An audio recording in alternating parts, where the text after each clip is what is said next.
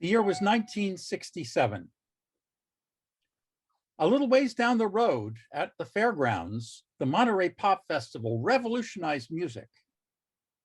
1967, I graduated from high school and started college. And in 1967, it was the first time that men and women of different races could legally be married in all of the US states. Now, by a show of hands, or what percentage in 1967 in the United States approved of marriage between different races? Any guesses? 10%.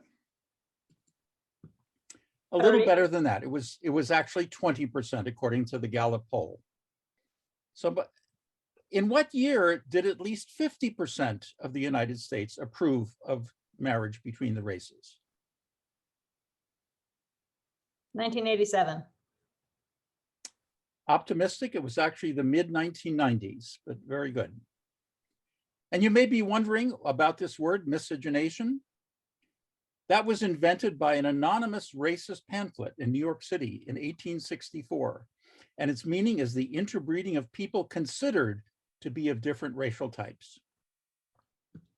Mr. Toastmaster, fellow Toastmasters, today I'm going to talk about the laws that have existed against interracial marriage, the so-called anti-miscegenation laws.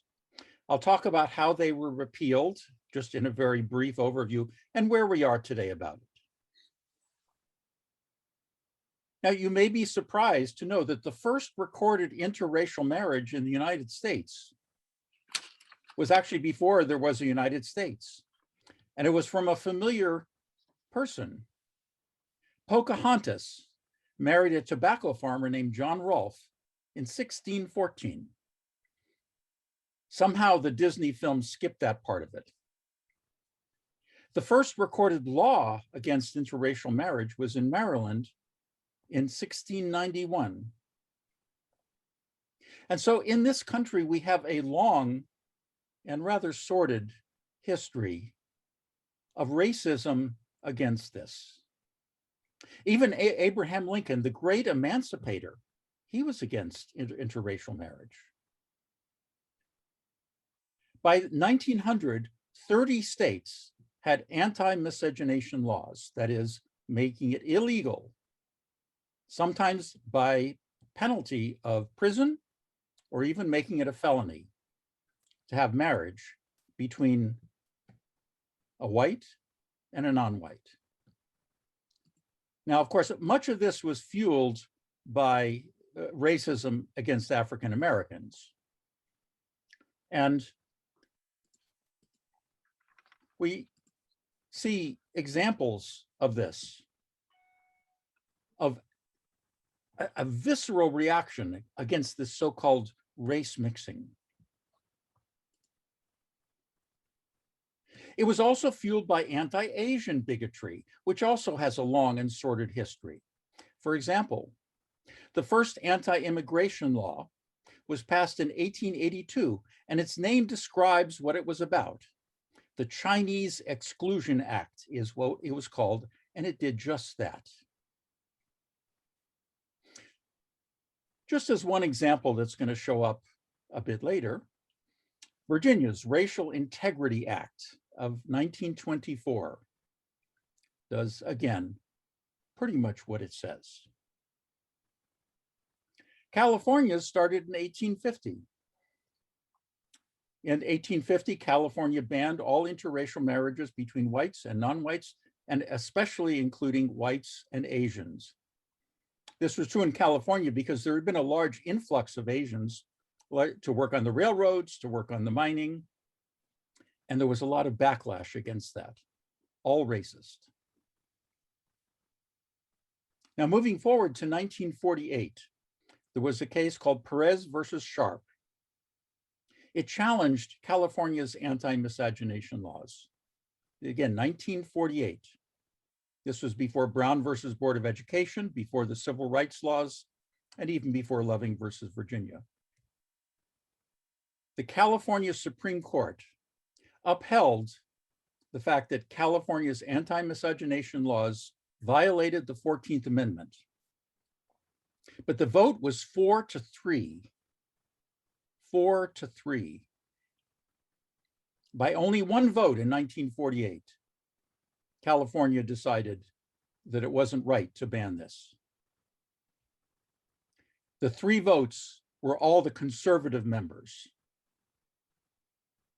So thanks to liberal judges, California was the first to ban its anti-miscegenation laws. This was the first one. Which brings us to Richard and Mildred Loving.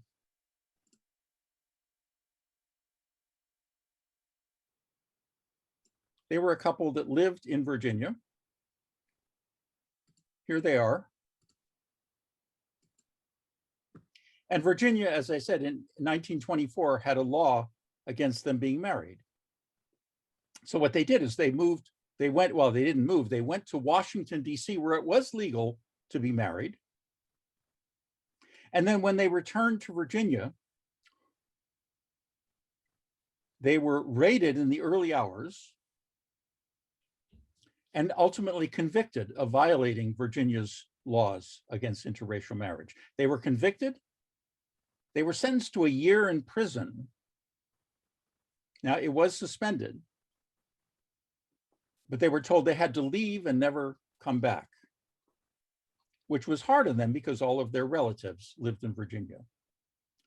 So in 1964, the American Civil Liberties Union sued on their behalf to overturn their conviction.